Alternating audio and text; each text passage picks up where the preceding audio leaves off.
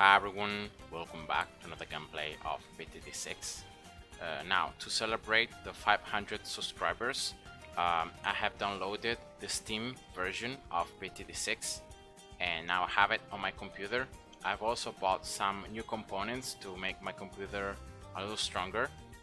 And yeah, so from now on I'm gonna be playing on the Steam version of the game. Is a lot smoother.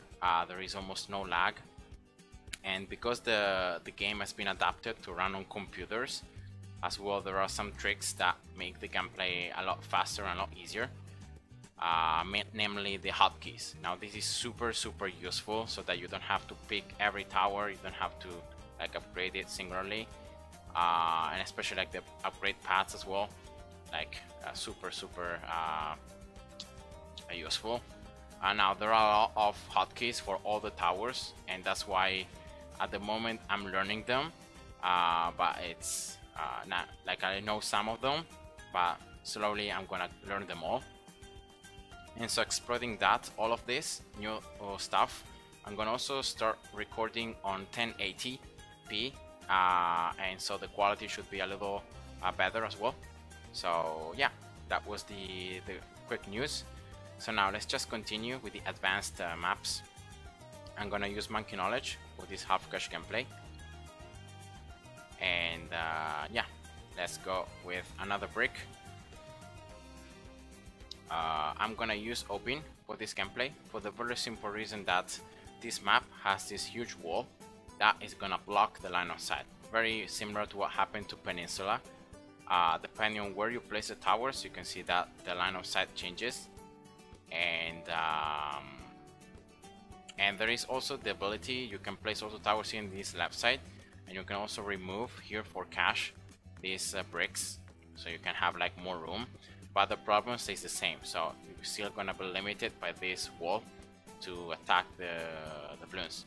So the more towers you can get that can somehow attack through obstacles or can ignore obstacles collision, like alchemists, like Haleys, aces, mortars, like wizards with the first upgrade in the first path, the better it is. So because of Obin exactly does that, so Obin has the ability to attack through obstacles, and his wolf attacks can fly through obstacles and so on. Makes him a very strong hero in this map, in my opinion, and very useful as well. So I'm gonna start with the free that monkey in that position, strong, and then submarine right here first. One of the best starts, sub that monkey. And I'm just waiting for Obin. So to have enough cash to place Obin, you can see that the that monkey and the sub are more than enough to pop the all these balloons. Not only, I think around 4, only some of the balloons were popped by the Rospecs at the end.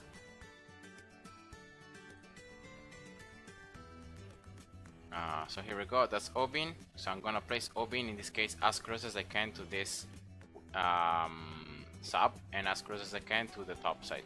So that's the positioning of Obin that you're looking for. Here we go. Obin as well in strong. And you can see already why the hotkeys are so useful. So I don't have to click on the towers and drag them and drop them, but I can click the hotkeys and boom, super fast, super easy. Now just take a look at this round and see why Obin is that strong in maps like this one. See the walls like flying through the wall and popping the balloons behind.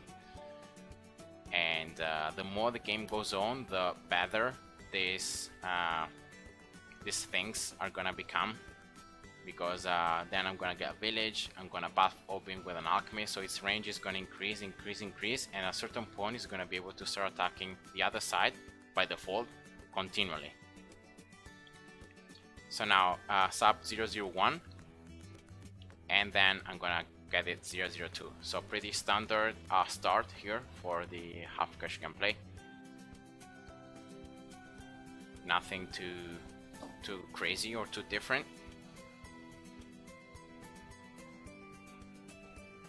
And you can already see why I also placed the that monkey right there, not only to like attack the Bloons and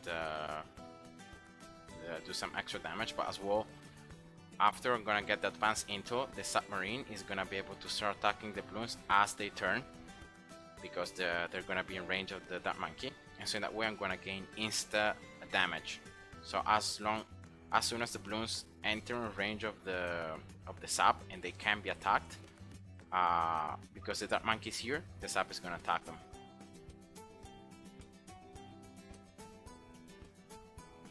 So very, very good.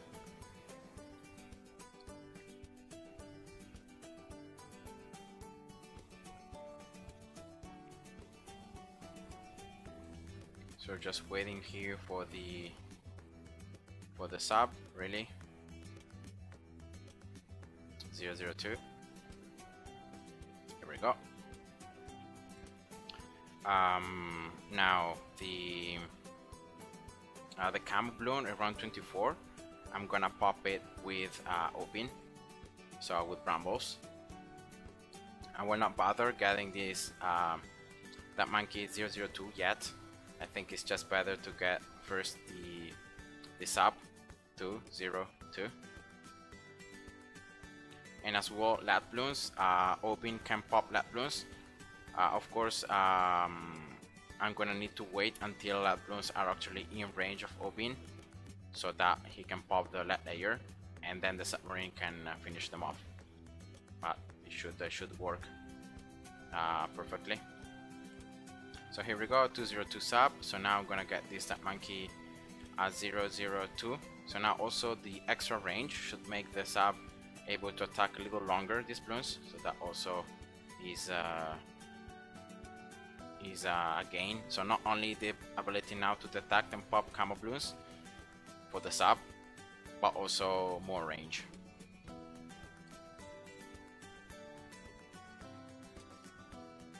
Actually here I'm gonna get first an alchemist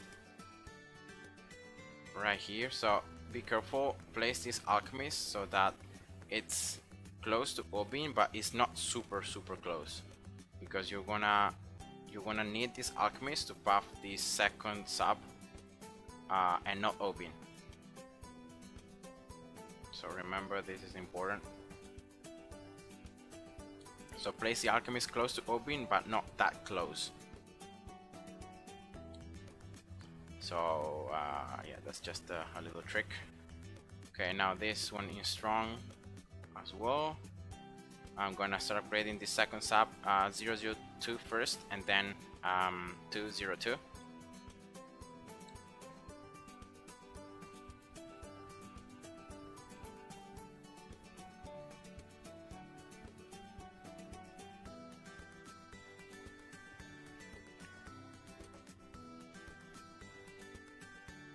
And yeah, the gameplay is pretty smooth. You can see, I don't know if you can tell the difference from BlueStacks, so from the emulator of Android, but it's definitely, especially the more the rounds go on, the smoother the game becomes, and yeah, it's very enjoyable. Alright, so finally both of these subs 202. Next is getting this alchemist 200, so that I can start giving the Mexodip to both the Opin and well, actually to the 3 towers. I should be able to start giving it, and so they can do extra damage to ceramics and Moab class Bloons. So that should work for the Moab around 40. Now another trick that I can give to you is start round 39 and then place brambles at the very beginning, so that then for round 40 you can place another set of brambles, and so you have 2 of them. And yeah, in that way you have more defenses in case you need them, and you can survive better. Alright, so that's the 300 alchemist. So now buffing this sub, as I said. Next, I will place a farm. Now in Half Cash, I've recently found out from looking at other YouTubers and looking at other videos that placing farms is actually very helpful, even in Half Cash. Yes, you lose a little bit of cash in the transition because of the fact that the farm cost is exactly the same, but you get half bananas, so half cash from it. So that's of course a little bit of a loss, but then it's actually a lot better because the extra cash that you gain can really help you. And so yeah, I just like the idea, and so especially in these rounds, like the first rounds in the 40s, you should be able to pop these balloons without any extra problems. That's when I think placing farms can be useful. And so I'm gonna place 2 of them in this case here. So I got 1, then I upgraded one of the, so the submarine is being buffed by the alchemist, I upgraded it to 203, so extra attack speed. And now I place the second farm and I'm getting it 200 as well. So 200 is enough, you don't need anything else. Because like that's some extra cash they were getting, and but at the same time you didn't spend a lot of cash on the upgrades, so that's like extra cash without too much cash spent on it, and in that way it's just better. You can try of course to get them like 220, or I don't know, to get them like 320, or even get banks if you want, but in my opinion it's not necessary. With just 2 farms, in this case 200, I can get all the cash I need to survive these rounds and to get the upgrades that I want. So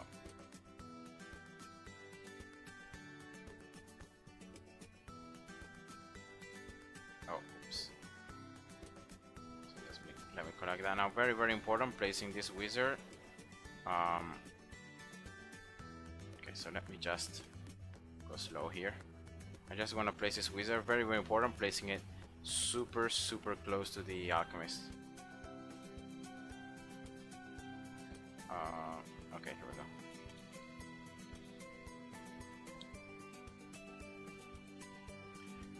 And now, as I said at the beginning, wizard, a very, very useful and strong tower in a map like this one, because the wizard can ignore obstacles collision when you get the first upgrade here in the top 3, this one right here. And so you can see now very large range with the 3rd upgrade, pretty nice attack speed, pretty nice damage, being buffed by the alchemist, and they can attack through the walls. And remember that as well, when Obin hits level 11, that was right now in this round, now the alchemist like all the towers in range of Obin, their range is increased, and then all magic monkeys in range of Obin have 3 extra pierce, like it says here. So that's a lot more of pierce to the alchemist and to the wizard. In this case, it's more important the piercing that the wizard gains, because the wizard is the one attacking the most. But definitely a very, very good tower in a map like this one. I really like the wizard.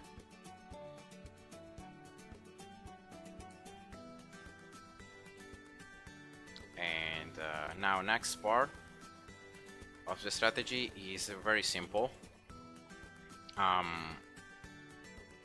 You just wait by collecting both the bananas from the farms and both by getting the cash from the rounds to get the wizard 402. So I'm gonna reset, in this case the world cheese. Okay, well, there were no balloons inside. And the next like trouble round is gonna be round 63, of course, the 3 ceramic rushes.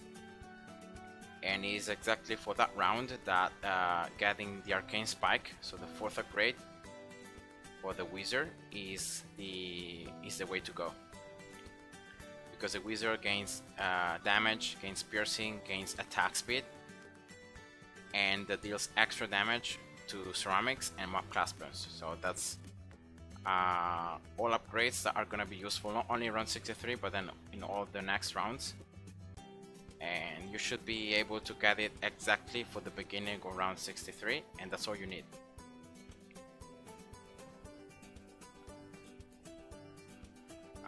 There is the wall cheese also at the very end, in this case, in case you need to, and like some Bloons can somehow sneak past, you have the wall trees there to protect you.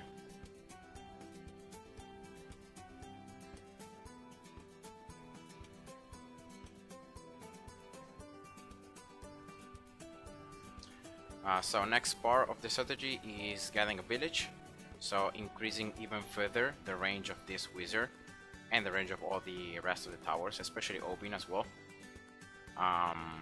And now I'm gonna get this village to 0-0, so now boosting the attack speed.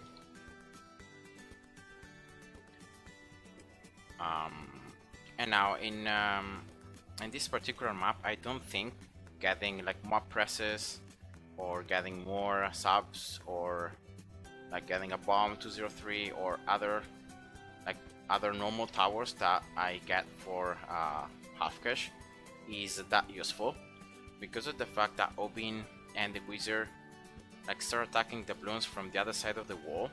Only just a few amount of Bloons can actually turn and can be attacked by the subs. So I don't think it's worth like spending cash on like more presses or a bomb or other towers that are gonna be blocked by this wall and they're not gonna be able to attack through.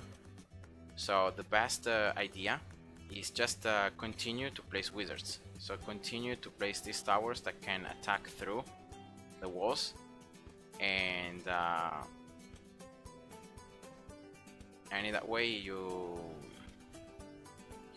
like you don't get blocked by the wall, and so you can keep the maximum damage output, and yeah, that works. So in this case I wanted to place a wizard just here. I think it's just out of range of the village, just slightly out of range, so that's very unfortunate. Can I place it in range somehow? No. Okay, so I'm gonna just place it here then. Alright, it's okay.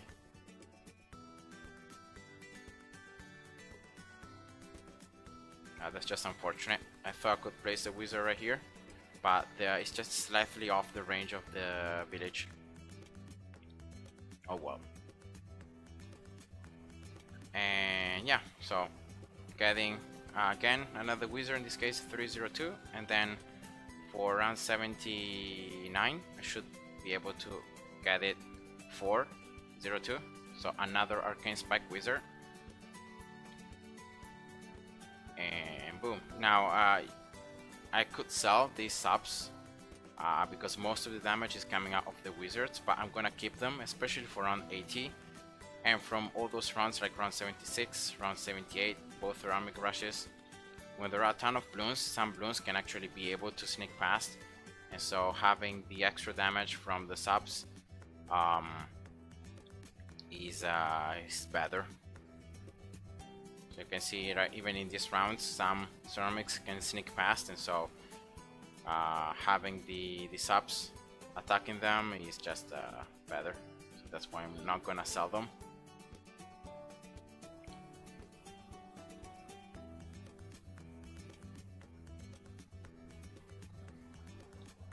Now I don't think it's worth getting the village 220, so unlocking common detention just to give it to like Obin and the alchemist. So that's why I just left the village 200, and I prefer instead getting the monkey sense upgrade singularly for each wizard. So that's the first rush around 78. You could see like some Bloons being tanked by the Water Cheese, so definitely needed.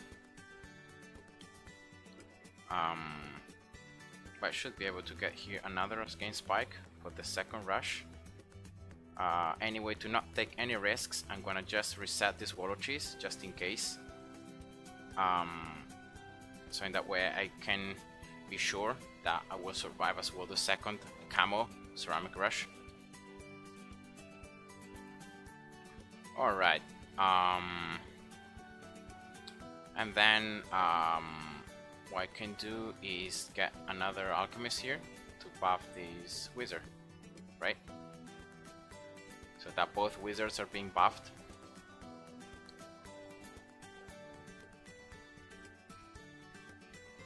So let's collect this. I can sell also both banana farms to get even more cash.